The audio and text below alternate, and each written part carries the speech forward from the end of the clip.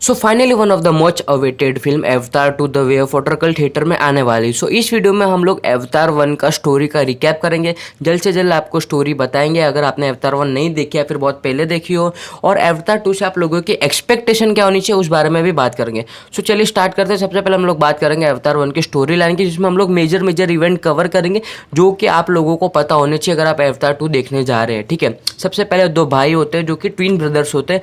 उसमें से एक भाई जाने वाला होता है पेंडोरा पे। पेंडोरा एक ग्रह है, दूसरा अर्थ जैसा, जहाँ पे जैसे अर्थ पे इंसान रहते हैं, वहाँ पे पेंडोरा पे नावी प्रजाति के लोग रहते हैं। सो वो अवतार प्रोजेक्ट के लिए जाने वाला होता है, बट उसकी मौत हो जाती है। फिर उसके ट्विन ब्रदर जेक सुली को बुलाया जाता है, जो कि मतलब बायोलॉजिकल उसके जैसा ही होता है। ठीक है, और इसलिए उसको बुलाया जाता है क्योंकि उसका जो अवतार प्रोजेक्ट में जो बायोलॉजिकल जो मिलना होता है वो मिल जाता है। ठीक है, और तो फिर वो जाता है, लेकिन वो जो जेक है वो एक नेवी ऑफिसर होता है, और वो वॉर में एक वॉर में उसकी रीढ़ की हड्डी टूट जाने के कारण वो चल नहीं पाते, वो व्हील चेयर पे चलते हैं।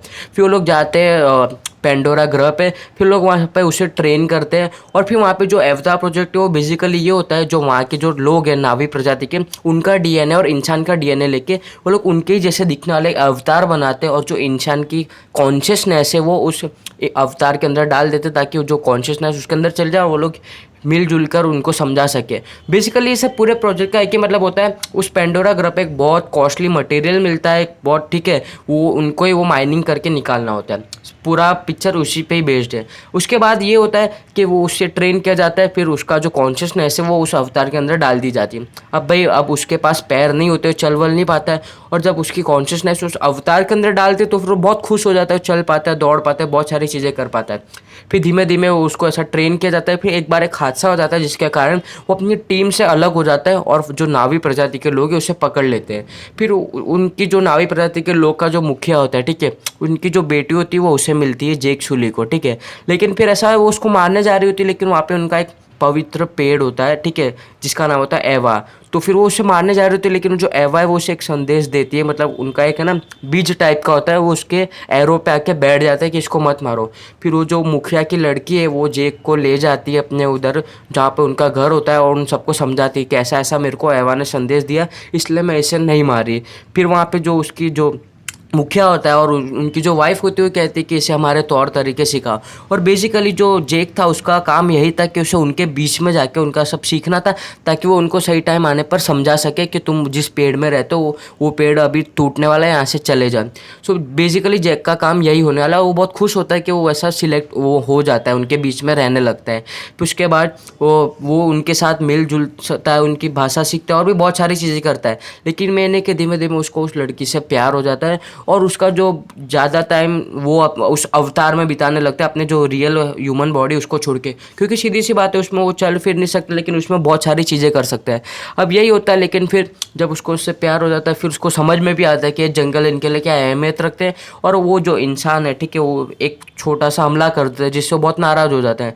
फिर ऐसे आपस में दो ग्रुप हो जाते हैं इंसानों के, जो कि एक ग्रुप में 4-5 लोग होते हैं जो जेक का साथ देते हैं, और एक तरफ पूरी आर्मी होती है जो लेके आते हैं। फिर लोग हमला करने वाले होते हैं। एक अच्छी हमको एंड में बैटल सीन भी देखने को मिलती है, जिसमें जो जेक है वो सब जितने भी जो प्रजातियां हैं, जितने भी जो वहाँ पे जितने भी लोग रहते हैं उनको इकट्ठा करता है, उनको समझाता है, और उनके युद्ध के खिलाफ उनको तैयार करता है। ठीक है, उसके बाद ऐसा होता है कि इंसान जब हमला करते हैं तो लोग हमला करते हैं जो नावी लोग होते हैं, लेकिन वो लोग स्टार्टिंग में थोड़े टाइम के लिए भारी पड़ते हैं, लेकिन फिर उनकी पिटाई होने लगती है।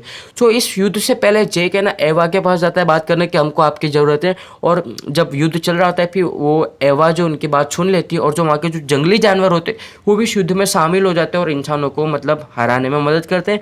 फिर इंसान हार जाते हैं और वो लोग अपने मतलब जो उनको वापस भेज देते हैं पृथ्वी पर। उसके बाद हमारे लास्ट सीन में ये बताया गया कि जो जब देखो कॉन्शियसनेस ट्रांसफ़र करने के लिए उनको एक मशीन की ज़रूरत पड़ती थी। अगर उस मशीन को बंद कर दे तो जो जेक की कॉन्शियसनेस है वो अवतार में से वापस ट्रांसफ़र होकर ह्यूमन बॉडी में आ जाती थी, जिससे एक बहुत मतलब नेगेटिव पॉइंट था। तो उसको हमेशा के लिए अपनी कॉन्शियसनेस उस अवतार के अंदर ही ट्रांसफ़र करनी थी।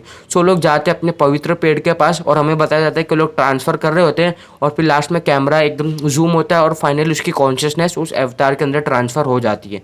सो ये थी अवतार 1 की स्टोरी लाइन। ठीक है, अब अवतार 2 से तुम लोग को क्या एक्सपेक्टेशन रखनी चाहिए? तो देखो अवतार तुम ज़्यादा हाई एक्सपेक्टेशन से देखने मत जाना, क्योंकि कभी कभार हम लोग एक्सपेक्टेशन बहुत हाई लगा लेते हैं और उस पर अगर फिल्म नहीं खड़ी उतरती तो हमको बहुत मतलब निराशा होती है, हम लोग डिसअपॉइंट होते हैं।